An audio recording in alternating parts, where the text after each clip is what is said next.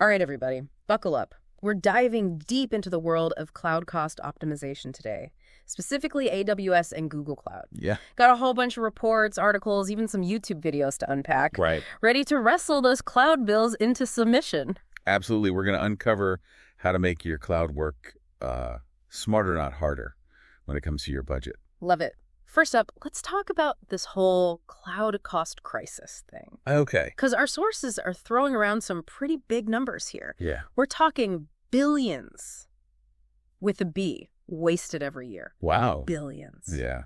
Is this really as widespread as they say, or is this just like hype? You know, it's interesting. It's not just hype. It really is a shared challenge. The Datadog video, Cloud Cost Optimization, a primer, makes a really good point. Okay. It's not just on the finance team to control cloud spending. Right. Like you, the engineers, the ones actually building and deploying this stuff. Yeah. You have a huge role to play in this. Okay, so it's about getting everyone on the same page here. Not just like pointing fingers when the bill is crazy high. Exactly. They call it shifting left. Okay. Bringing that cost awareness into the development process, like right from the get-go. Makes sense.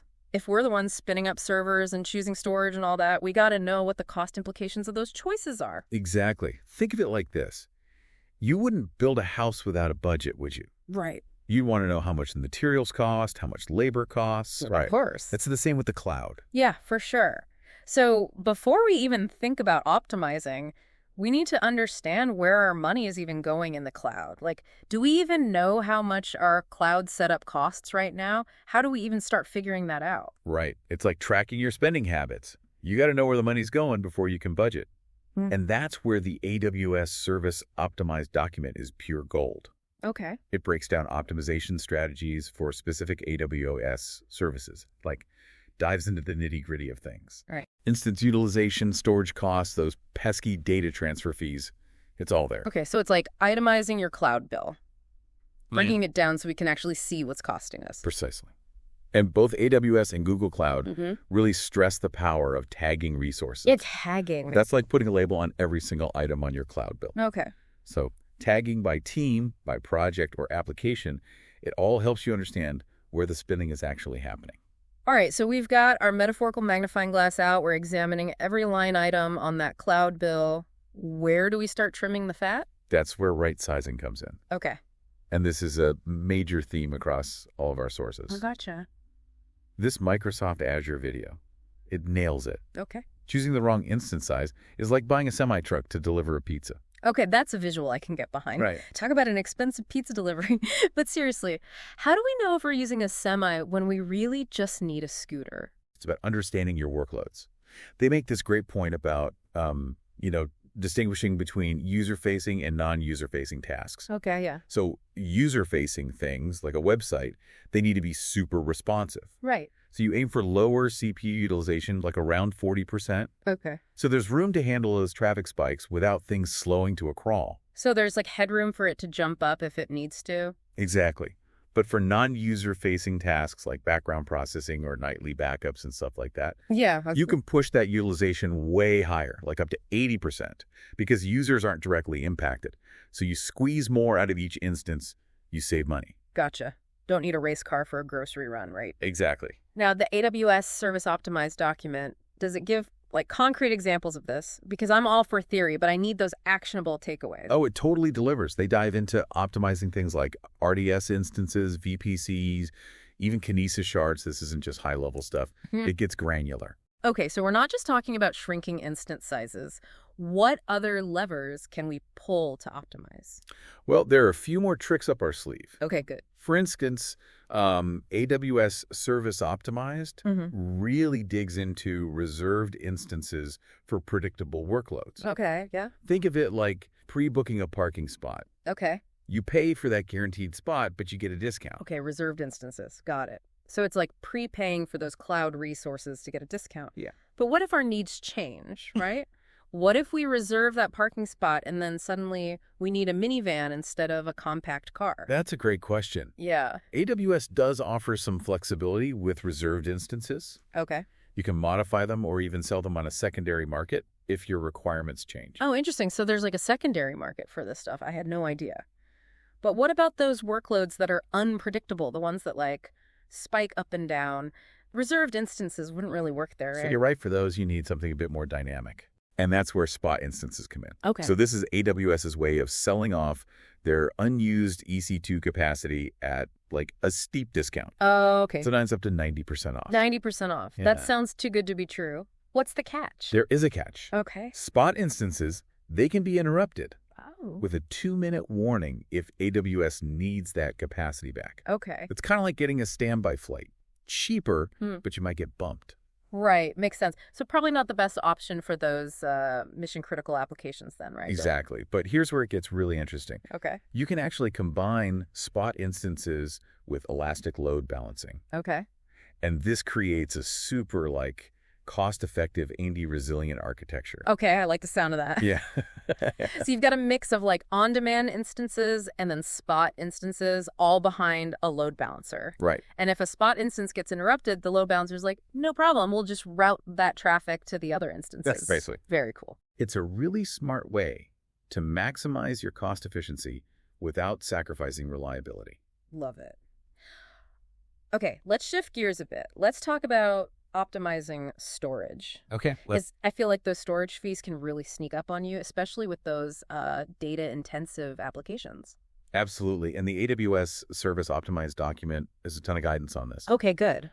For services like Single Store and Redshift, for example. Yeah. It's all about like analyzing your data access patterns and choosing the right storage class. You've got hot storage, warm storage, cold storage. Okay. Yeah.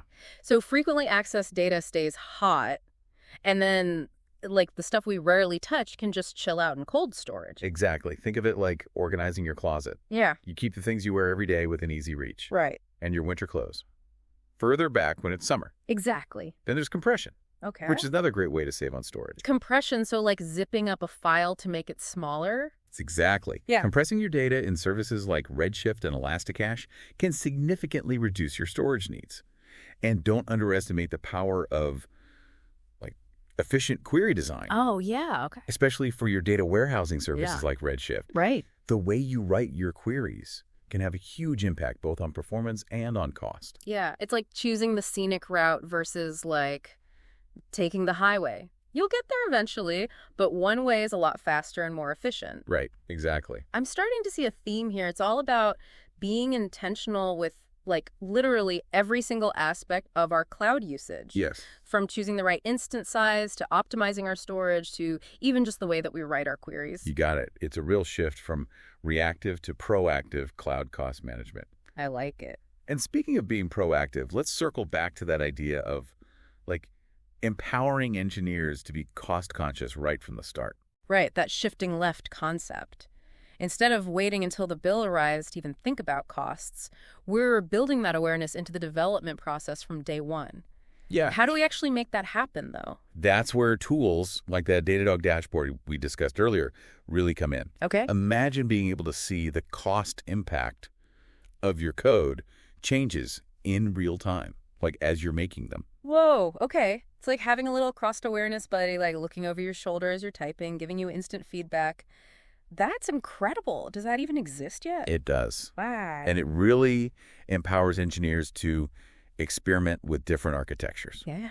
make smarter decisions, Right. and even find creative ways to like reduce costs without sacrificing performance. I love that finding those creative solutions. It's like gamifying cost optimization. Yes. Makes it a challenge that everyone wants to win. Precisely. And when engineers are like engaged in this way, it creates a ripple effect throughout the organization. Yeah. It builds a culture of cost awareness. Exactly. No more finger pointing between finance and engineering. We're all in this together. Exactly. And that shared responsibility is so invaluable. Now, we've focused a lot on AWS so far, We have, yeah. but it's important to bring in that Google Cloud perspective as well, Okay, yeah, for sure. which really emphasizes aligning cloud spending with business value. Okay, so it's not just about like blindly slashing costs, but making sure that our cloud resources are actually contributing to our business goals. You nailed it. Okay, Google Cloud's approach is all about like strategic spending. gotcha. It's about understanding what your organization's priorities are. Right? And then tailoring your cloud spending to support those priorities. Makes sense. So it's not just like we're pinching pennies just because we like to, right? It's Correct. about making sure our cloud spend is actually like moving the needle for our business. Exactly. How do we actually measure that, though? Right. How do we know if our cloud investments are actually paying off? Yeah. That's where having a framework is super helpful. Okay. That reporting and analytics FinOps framework we talked about, it really provides that structure. Yeah. It's like having a roadmap, A&D, a compass for your cloud cost optimization journey. Okay, I like that. It's guiding you in gathering the right data, analyzing it in a way that makes sense, and then actually communicating those findings to the decision makers. So it's about telling that compelling story with our data. Yes. Because a good story can really drive action, right? Okay, this has been super practical so far. Yeah. But let's get a little futuristic for a sec. Okay. Our sources mention automation, AI. Where do those things fit into the picture? Okay, so automation and AI. Yeah. Those are game changers. Okay. Automation is about, taking things beyond manual effort. Yeah. Letting the cloud do some of that heavy lifting for you. Yeah. So less time staring at spreadsheets. Exactly. More time for innovation and actually doing the cool stuff. Exactly. Give me an example, though. What does that actually look like in action? Okay, so imagine you can set up a system where your idle instances, Yeah. they're automatically shut down or at least scaled down during off-peak hours. Okay. It's like having your lights on a timer, Right. You're saving energy without even thinking about it. Makes total sense, especially for development or testing environments Definitely. that aren't running 24/7. Right. How hard is it to actually set up that kind of automation, though? With tools like AWS Lambda or Google Cloud Functions, it's actually surprisingly straightforward. Oh, okay, cool. You're essentially writing a simple script that defines the rules. Okay. So if an instance has been idle for X amount of time, then do Y, and the cloud platform takes care of the rest. Okay, so it's like having a little cost-conscious robot Yes. working behind the scenes, optimizing things as we go. Right. I love it. Okay, what about AI, though? Where does that come in? Okay, so AI, this is taking things to a whole new level. Think of it like having a cloud cost psychic on your team. Okay. With machine learning services like AWS SageMaker or Google Cloud's Vertex AI, you can actually build these predictive models Wow. that analyze your historical cloud usage data, Okay. and then they actually forecast your future spending.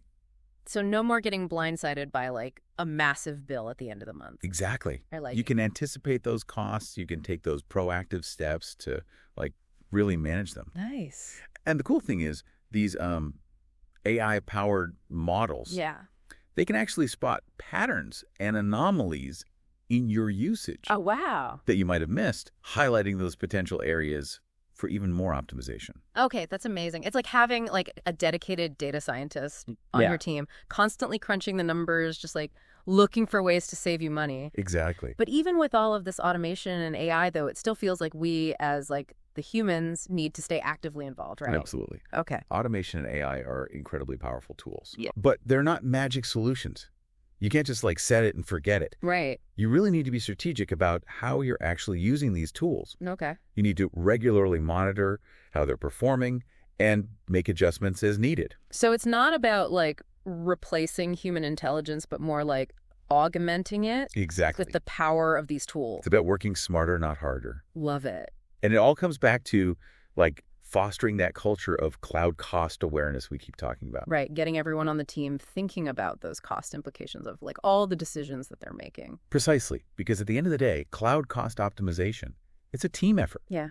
It requires that collaboration, open communication, Yeah. and a real shared commitment to efficiency. It's about breaking down those silos between finance and engineering, Yes. getting everyone speaking the same language, the language of data-driven decisions. Exactly. Well, on that note, it looks like we've reached the end of our deep dive into cloud cost optimization. It does. We've covered a lot of ground today. We have. From those really foundational strategies like right sizing and reserved instances Yeah. to those more advanced techniques like the automation and the AI we were just discussing. Totally. But if there's one key takeaway I hope you all walk away with, it's this.